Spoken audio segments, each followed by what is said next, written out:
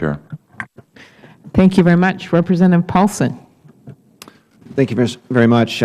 First of all, I have to just say it's a real pleasure to see Dr. Moskowitz here. You and I have not had a chance to interact since you and I were both in the Aspen Institute's first Rodell Fellowship Program. And I'll just start out by saying I think you are truly a hero to thousands of New Yorkers of modest means who have been able to see their children get a better education. And as a mathematics major myself, it's fun to see Nigel here talk about his enthusiasm for math down the road. Let me just follow up a little bit on what was mentioned earlier, because I also agree with the comments you made in your testimony about having engines of opportunity, incubators of opportunity, and not having poverty traps, and that being the foundation of building success for skills and a future workforce that's going to be filled.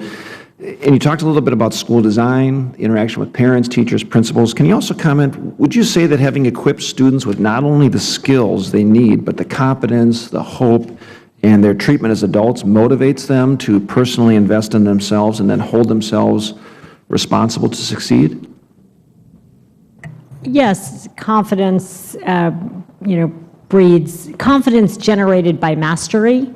And that's a really important point, because I sometimes think schools pursue self-esteem that is not connected to mastery, but in schools where, mastery is driving the confidence, our kids just know how to tackle difficult problems. It's really interesting on the Math Olympiad. The kids really have to think. It's a problem.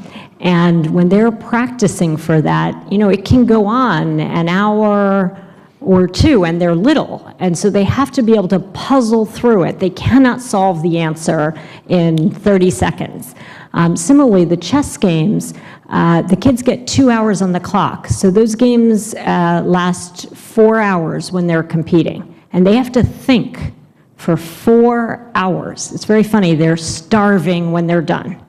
They are very hungry, and we've learned the hard way that our snacks are insufficient for that amount of thinking. But I think we're a little bit afraid to challenge kids and allow them to struggle intellectually, and we have to get over that. We have to allow them to struggle and also allow them to experience, frankly, the pleasure of struggling intellectually, overcoming that, and succeeding. Unfortunately, I won't have a chance to ask everyone on the panel a question, but Dr. Mathew, you mentioned earlier in your testimony about segregated areas in cities having lower economic opportunity and school choice equaling positive results. You spoke a little about the EITC welfare reform. Now, recently, there was a little bit of attention in news because the House Budget Committee Chairman Paul Ryan put forth this discussion draft on a proposal suggesting the consolidation of different anti-poverty programs, I think 11 different anti-poverty programs, into one opportunity grant. So then states could participate and then, I guess, incorporate work incentives into that safety net and reallocate welfare dollars where they're needed most. Would you agree that program consolidation would help, impoverished families get those specific needs met from one overall provider? And if you're familiar with the draft, maybe you can offer some insight. I know this has just kind of started that conversation, but I think in our own research, we do suggest that. So we know we're spending about $800 billion on anti-poverty programs, but we have this whole slew of programs that the problem is that people don't know about the eligibility for different programs. Their take-up rates are low because they just don't know if they'll be eligible for multiple programs at the same time. So there is a lot we can do to improve transparency, and I think the first step towards that is consolidating programs into a few programs that people can understand, that they know that they're eligible for, and which would improve take-up rates and particularly target low-income people. So I think I agree with those proposals. I think there are a lot of programs that we could combine and make more effective. But given that we have so many that exist today, and the other issue with these programs is also the phase-in rates, the phase-out rates, the fact that people are going off the program, low-income people are going off the programs and facing really high marginal tax rates, which affects their, incentive to participate in the labor force.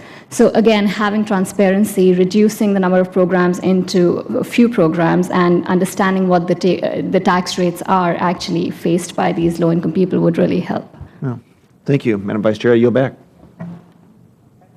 You have a minute left or 20 seconds. I noticed that Ms. Glover-Bockwell wanted to answer, raised your hand up there. We'll give her a little time. Thank you. Thank you for the 20 seconds. I did want to say that I worry a lot about the consolidation of all those programs and pushing them to the states to make decisions. Very important. We saw it when we had the recent Great Recession, that is so important for the federal government to be able to increase food stamps and make sure that we're not hungry. We don't want to just leave that to the states. We have to have a floor below which we don't let people fall. I don't think that we yet have gotten to the place as a nation where we can abandon the federal responsibility to make sure that we always maintain a floor. I think that there's room for innovation, and states should be encouraged to do that, but we cannot abandon the floor. That is a national responsibility. Thank you.